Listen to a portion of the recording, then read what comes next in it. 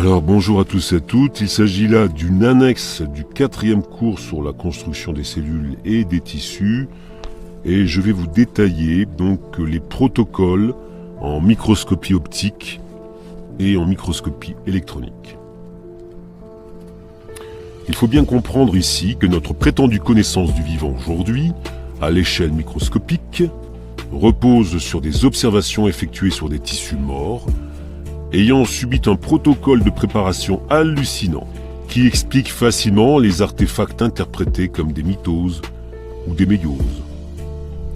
En microscopie optique, alors voici les étapes.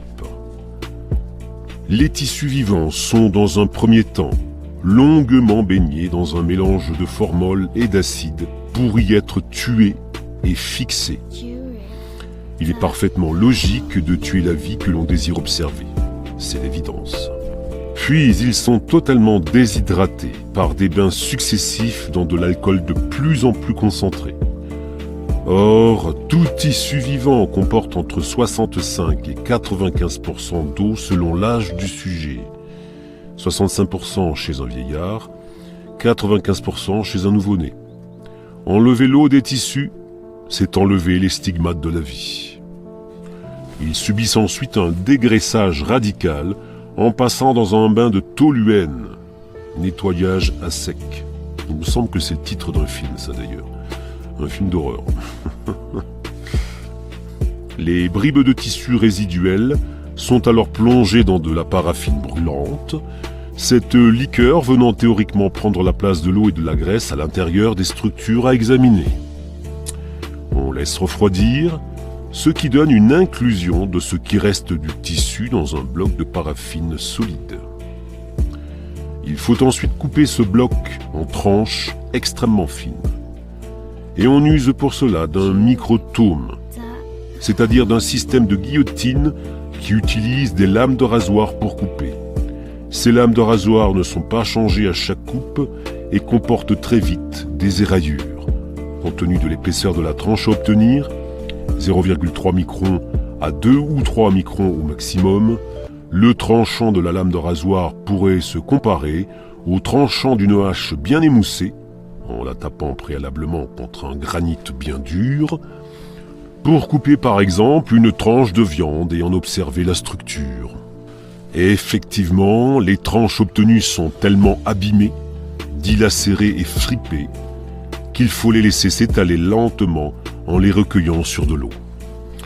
Elles sont ensuite littéralement pêchées avec une lame de verre, puis la lame est passée avec la coupe sur la flamme d'un bec benzène à 700 degrés Celsius, ce qui soude la coupe au verre et sèche l'ensemble. La cuisson est à point. Il est alors nécessaire d'éliminer la paraffine et on use pour cela d'un nouveau bain de toluène. Il faut enfin réhydrater un minimum, ce qui se fait par de nouveaux bains successifs dans de l'alcool de moins en moins concentré.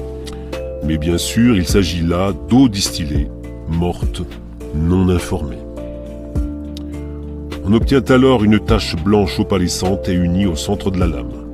Il n'est pas question d'observer à ce moment, il n'y aurait rien à voir.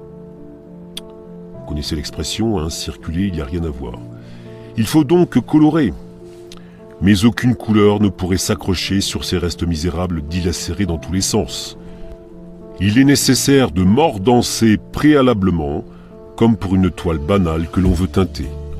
C'est donc un nouveau bain dans un acide fort, acide chlorhydrique ou sulfurique fumant, pour faire ce mordançage destiné à creuser de minuscules trous dans les éléments microscopiques présents encore sur la lame. Des trous qui vont pouvoir retenir les colorants dont on use ensuite. On recouvre alors le tout d'un baume, on laisse sécher, on installe une contre-lamelle en verre venant recouvrir la coupe. Un produit de lutage, une sorte de colle, vient étanchéiser l'ensemble.